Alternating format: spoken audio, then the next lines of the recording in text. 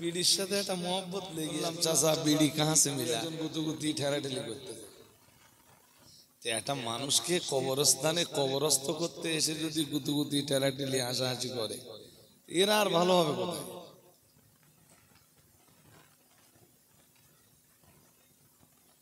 মক্কা শরীফেও যে দেখেছি যে 2013 সালে যে দেখেছি যে কাবা শরীফের চত্বরের বাইরে কড়া বিড়ি খাচ্ছে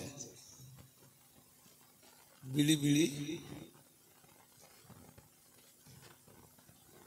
সেদিন এই যে খড়দা একটা দাওয়াতে গেলাম যে ছেলেটা জলসাতে পৌঁছানোর পরে একটা ছেলে ছুটে এসে বলল হুজুর আমি আপনার ভীষণ ফ্যান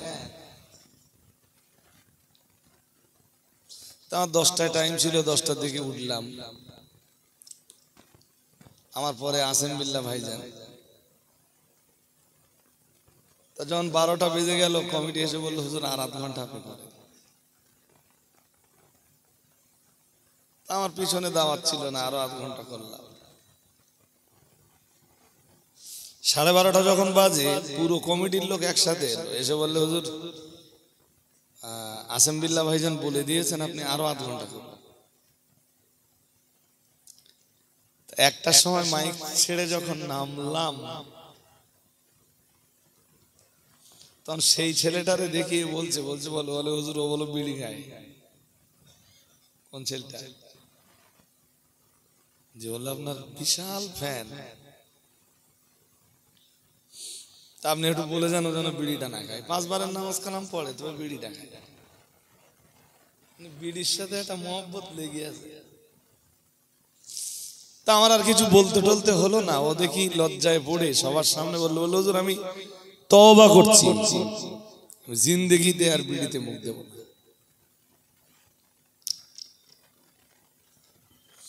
2013 দেখেছিলাম কাবা চত্বরের বাইরে কিছু লোক বিড়ি খাচ্ছে বাড়ি ইউপিতে তাই জিজ্ঞেস করলাম চাচা बीड़ी कहां से मिला हमारे जवाब दिले घर से ले आया মানে 40-45 দিনের যা বিড়ি লাগবে সব বাড়িতে জোগাড় করে নিয়ে গেছে ভাবতে পারেন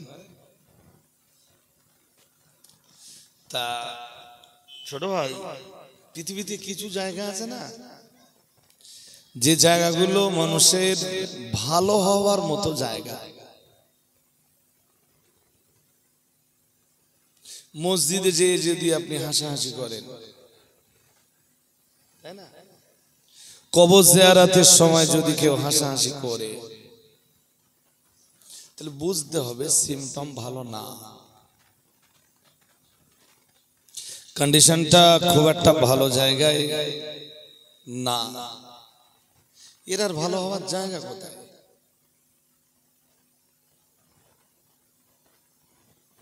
হজের পিরিয়ডে যদি কেউ মিথ্যা কথা বলে সে সত্যি কথা বলবে কোথায় সবাই যেখানে পাপ ঝরানোর জন্য যায় সেখানে যে যদি কেউ পাপ করে তাহলে ওর পাপ আর ঝরবে কোথায় যাই হোক তো যেটা বলছিলাম সূরা লুকমান 21 পারা 34টা আয়াত আছে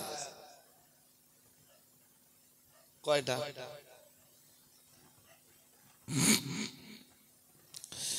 এই 34টা আয়াতের ভিতরে একদম শেষ আয়াত যেটা দ্যাটস মিন আয়াত নাম্বার 34 সর্বশেষ আয়াত যেটা আয়াতটা খুব ভাই সেখানে 5টি বিষয় নিয়ে আলোচনা কি কি এই 5টি বিষয় আল্লাহ বলেন ইন্নাল্লাহা ইনদাহু ইলমুস সাআ কিয়ামত কবে হবে তার ইলম শুধু আল্লাহর কাছেই আছে। সুবহানাল্লাহ বলুন। বিজ্ঞান বলবে গবেষণা করে যে 2050 সালে পৃথিবী শেষ, 2080-তে পৃথিবী শেষ, 2110 সালে পৃথিবী শেষ। আমরা কোরআনের এই আয়াত দিয়ে যখন সায়েন্টিস্ট তথা বিজ্ঞানী মহাবিজ্ঞানীদের কথাটাকে বিশ্লেষণ করব, তখন বলবো বিজ্ঞানের কথা ভুল। এই জন্য ভুল, এর আগে আমার মনে পড়ে বিজ্ঞান এক সময় বলেছিল 2012 সালে পৃথিবী ধ্বংস হবে। 12 কেটে গেছে, এখন কত? আর কথা বলেন না কেন? 25। বিজ্ঞানের কথা মিলেছে। কিয়ামত কবে হবে এইটা শুধু আল্লাহই জানে। হ্যাঁ, কিছু নমুনা হাদিসে আছে, কিছু না, বহু নমুনা এসছে হাদিসে। যেমন সুনান তিরমিজির এক হাদিসে 14টা নমুনা আছে কিয়ামত কখন হবে। আবার এটাও আমরা হাদিস থেকে জানতে পারি যে বিশাল এই পৃথিবী যেই দিন ধ্বংস হবে, দ্যাটস মিন যেদিন কিয়ামত হবে, সেটা 10ই মুহররম শুক্রবার হবে।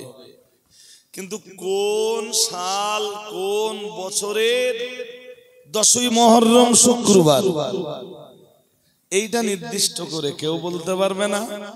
এইটা নির্দিষ্ট রূপে জানেন একজন, তিনি কে?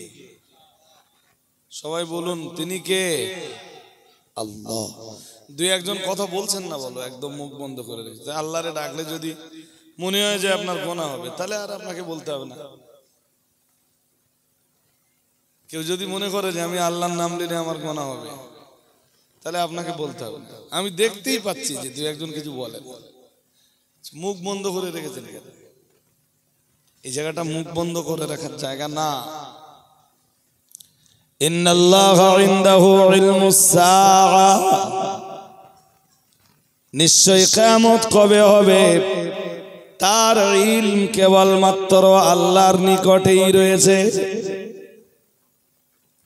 মহান আল্লাহ 2 নম্বরে জানিয়েছে ওয়ায়ুনাসসিলুল গায়সা। এটা সূরা লুকমানের আয়াত নাম্বার 34। ওয়ায়ুনাসসিলুল গায়সা, মহান আল্লাহ জানিয়েছেন কবে, কোথায়, কতটা পরিমাণ পানি হবে। এটা জানেন কে? জোর করে বলেন। আবহাওয়াবিদরা বলল বিরাট ঝড় আসতেছে।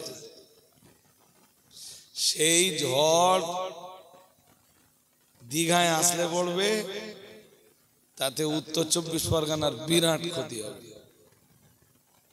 কবে আসবে তা ধরুন বললে ফেব্রুয়ারি মাসের 11 তারিখ।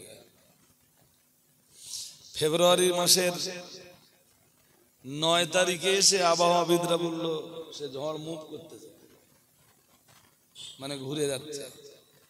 তাহলে কোন দিকে ঘুরছে? তাহলে উড়িষ্যার দিকে। কোন দিকে বলুন? ফেব্রুয়ারি মাসের 10 তারিখে এসে বললে সেই ঝড় এখন উড়িষ্যা থেকে অন্ধ্রের দিকে মুভ করেছে। প্রথম দেখাচ্ছিল দীঘায়, তারপর দেখাচ্ছে, তারপর কোন দিক দেখাচ্ছে? তাহলে তবে এর প্রভাবে হালকা কিছু বৃষ্টি,